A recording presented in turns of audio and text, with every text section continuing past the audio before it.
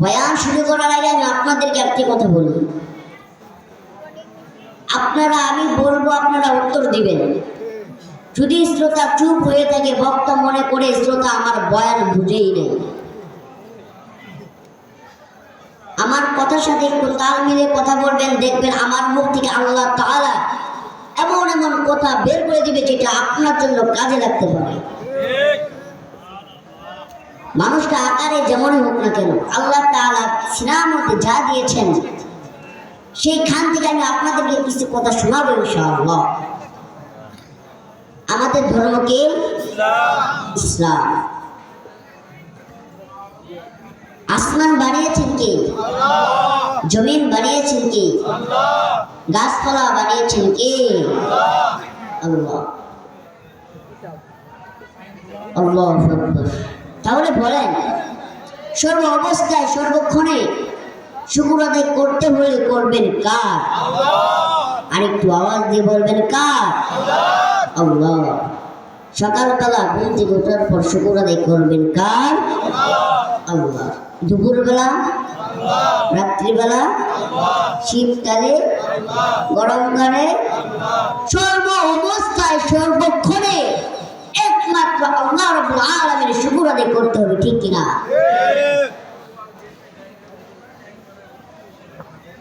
যে ব্যক্তি দুনিয়াতে ভালো কাজ করে ইমানদার অবস্থায় মারা যায়, ইমানের পথে মারা যায়, আল্লাহ রাব্বুল আলামিন কোরআন কারীমের মধ্যে তাকে জান্নাতের সুসংবাদ দিয়ে দিয়েছেন। সুবহানাল্লাহ। আমি আপনাদের সামনে কোরআন কারীম থেকে ছোট্ট একটি আয়াত তেলাওয়াত করেছি।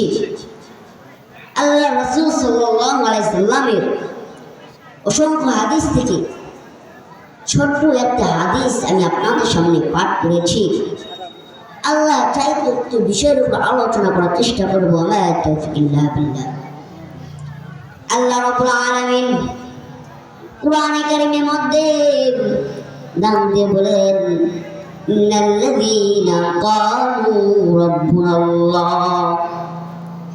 যে ব্যক্তি, যে বান্দা আমার ক্বালু রাব্বুনাল্লাহ বলল, আমার রব আল্লাহকে, আমার রব আল্লাহ। একটু আগে যে বললেন আমাদের রব আল্লাহ, আমার রব আল্লাহ। সুম্মাস্তাকামু, যে কথাটা বললেন সেটা যদি অন্তরস্থল থেকে হয়, প্রকৃতভাবে হয়, আল্লাহ বলেন ফালা খাউফুন আলাইহিম ওয়ালা হুম ইয়াহজানুন। সুবহানাল্লাহ। ফালা খাউফুন আলাইহিম ওয়ালা হুম ইয়াহজানুন। ফালা খাউফুন আলাইহিম, ওই বান্দার ভয় নাই, ওয়ালা হুম ইয়াহজানুন, ওই বান্দা চিন্তিত হবে না।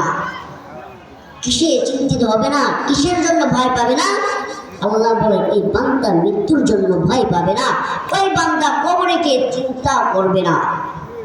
এটা আল্লাহ তাআলা দিয়ে দিয়েছেন, বলে দিয়েছেন যে বান্দা আমাকে প্রকৃতভাবে ভয় করে, যে বান্দা আমাকে আল্লাহ বলে স্বীকৃতি দেয়, শুধুমাত্র আমাকে দেখানোর জন্য, আমাকে খুশি করার জন্য, আবার নবীকে খুশি করার জন্য, আল্লাহ বলেন ফালা খাউফুন আলাইহিম ওয়ালা হুম ইয়াহজানুন। ওই বান্দার জন্য টেনশন নাই, ওই বান্দার কোনো রকম ভয় থাকবে না। এটা আল্লাহ দূর করে দিবে। সুবহানাল্লাহ। আমরা একটু আগে বললাম আমরা মুসলমান, ঠিক কিনা?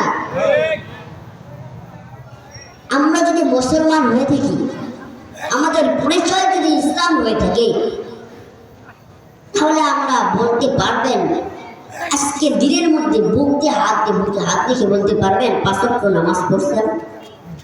পারবেন? পারবেন।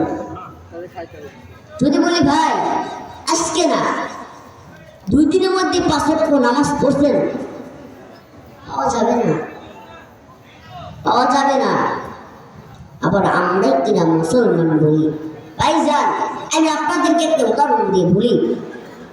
একটা খ্রিস্টান বা একটা হিন্দু যদি তার ধর্মের অনুসারী না করে, ধর্মের অনুসারী বোঝেন মূর্তি পূজারী, তাও যদি না করে, হিন্দু গর্ভে জন্ম নেওয়ার কারণে তাকে আমরা হিন্দু বলি, যদিও সে মূর্তি পূজা না করে, তাদের দৃষ্টি করে সেই হিন্দু, সে খ্রিস্টান, কিন্তু মুসলমানের ঘরে জন্ম নিলে ইসলামের শরীয়তে সে মুসলমান না, যদি নামাজটা না পড়ে। মুসলমান করে জন্ম নিলে মুসলমান পরিচয় পাওয়া গেল, আপনি খাঁটি মুসলমান হতে পারেন নাই যদি আপনার মধ্যে নামাজ না থাকে, যদি আপনি নামাজের প্রতি আকৃষ্ট না হন, যদি আপনি নামাজ না পড়েন। একটা মুসলমানের পরিচয় হচ্ছে, এক নম্বর পরিচয় হচ্ছে তার নামাজ। নামাজ পড়ে দিবে সেটা একজন মুসলিম। আর আমরা দাবি করি মুসলমান, আয়া আমি মুসলিম, আমরা মুসলমান। আল্লাহু আকবার। আল্লাহ রাসূল সাল্লাল্লাহু আলাইহি ওয়াসাল্লাম বলেন,